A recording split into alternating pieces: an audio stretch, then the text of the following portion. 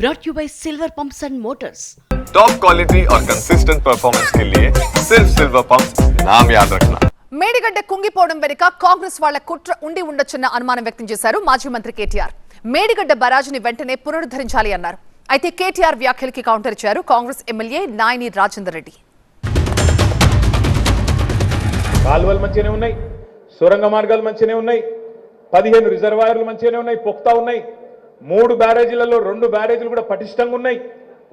ఒక్క బ్యారేజీలో 85 పిల్లర్లుంటే ఆ 85 పిల్లర్లలో 2 పిల్లర్ల కాడ కొద్దిగా కింది కుంగింది. అది కూడా నేను ఇవాళ మీకు ఓపెన్గా చెప్తున్నా, ఇదివరకు చెప్పినా మళ్ళీ చెప్తున్నా. నా అనుమానం అయితే అప్పుడు మనం ఎలక్షన్లలో ఉన్నాం. నా అనుమానం అయితే ఈ లుచ్చా కాంగ్రెస్ గాళ్ళు ఏదో ఒకటి చేసిరు దాన్ని కూడా. ఎందుకంటే అది కాళేశ్వరం ఏమైనా కేసీఆర్ ఇంటి ఆస్తా, కేసీఆర్ గారు ఆస్తా మేడిగడ్డ కాదు కదా. రాష్ట్ర ప్రజల పైసలతోని రాష్ట్రానికి శాశ్వతంగా దేశానికి శాశ్వతంగా ఉండిపోయే ఒక అద్భుతమైన నిర్మాణం కాళేశ్వరం. కూలేశ్వరాన్ని మేము గులగొట్టినాం అంటాడు. అనుమానం ఉన్నదట వానికి. ప్రజలు అసహించుకుంటున్నారు మిమ్మల్ని చూస్తుంటే.